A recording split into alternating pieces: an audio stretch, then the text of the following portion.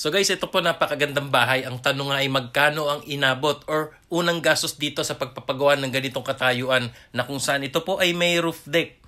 So yan po ang ating tatalakayin at ito nga guys, meron po itong floor plan. If ever na interesado po kayo, nasa dulo po ng video. At the same time, ito nga po ay ibinahagi pa sa atin ni owner ang bawat detalye ng mga materialis na ginamit dito.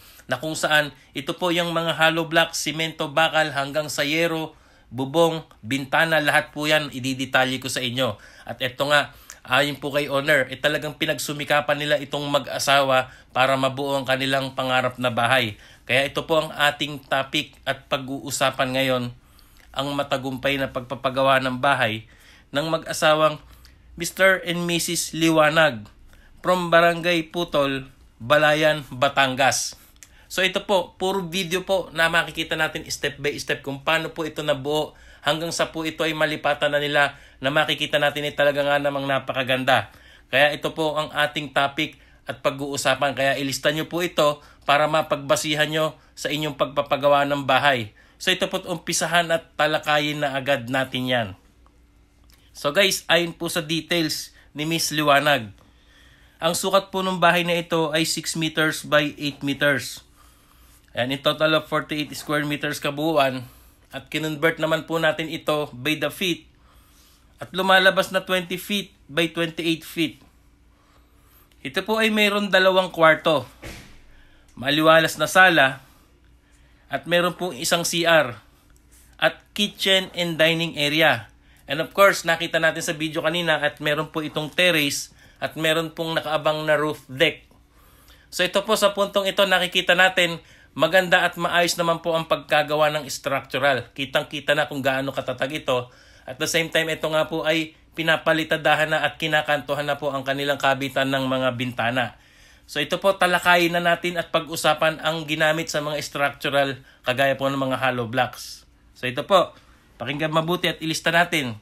So guys, ayon po sa details ni Mrs. Liwanag, ang nagamit pong mga hollow blocks dito sa ganito pong sukat na 6 by 8 meters ay umubos po ng 1,800 pirasong mga hollow blocks. Yan, sa katayuan po ng bahay na yan. At sa mga semento naman guys, ito po. Lahat-lahat po ito kabuuan 130 bags na semento. At sa mga bakal naman po ay 3 klase ang ginamit. 12mm, 10mm at 9mm. Guys, sa 12mm ay 45 piraso. At habang ang 10mm ay 80 piraso. Sa 9mm naman po ay 110 piraso. Kaya lahat po assorted sizes na mga bakal ay gumamit po sila dito ng 235 pirasong bakal. At ang mga buhangin naman po ay nakapagpa-deliver ng 5 elf at meron din pong 3 elf na mix buhangin at bato na kung saan ito po ay ginamit sa puting, poste at mga beam. So guys, ito nga sa puntong ito ay nakita natin meron na po siyang bubong, nakapalitada na, may mga bintana na. Yan naman po ang ating talakayin at pag-uusapan na binahagi sa atin ni owner na mga detalye para inyong mapagsiyasat sa inyong pagpapagawa ng bahay.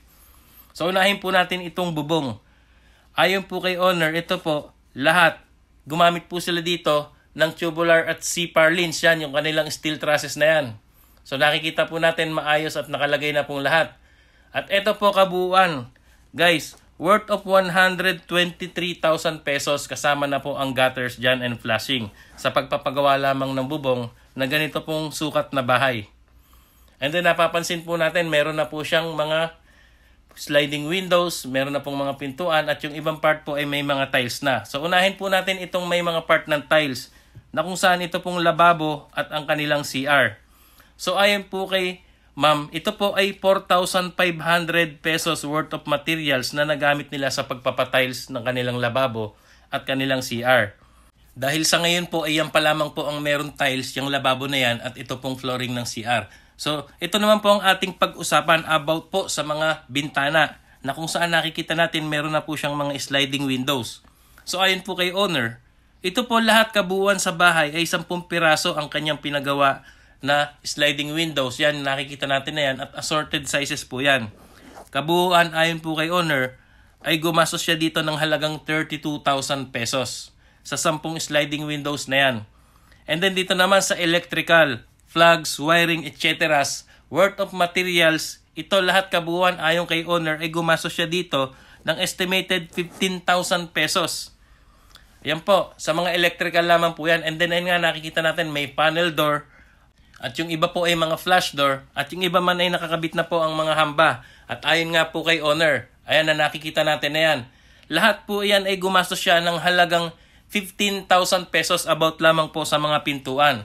Na kung saan yan na nga po ang nakikita natin kabuuan sa ngayon na naabot na itong bahay na ito. Na once again, congratulations po Mr. and Mrs. Liwanag, at kung saan ito nga po ay napasimulan na niya ang inyong bahay na pwede na pong matirahan, na tunay ngang napakasarap ng feeling ngayon na naabot na paunti-unti ang dating pinapangarap nyo lamang na bahay noon. At dahil nga sa inyong pagsisikap mag-asawa at pagtutulungan, ito na nga at naisa totoong buhay na ngayon. So ang tanong, magkano na nga ba ang kabuuang nagastos dito sa ganitong katayuan na bahay, labor and materials? So ito po, ayon sa details ni Mr. and Mrs. Liwanag, lahat po ng kabuuang nabanggit na materyales na ibinigay sa atin na kung saan ibinahagi sa inyo ng inyong lingkod, at yung iba pong mga maliliit na miscellaneous dyan ay hindi na nga nabanggit. Pero sa kanila pong estimate, sa ganito pong sukat na bahay na 6 by 8 meters, na meron pong 2 kwarto at 1 CR, na ganitong katayuan na pwede pong matirahan, ang kanila na rin pong nagastos dito, lahat-lahat, labor and materials, ay nagkakahalaga na po ito ng 600,000 pesos.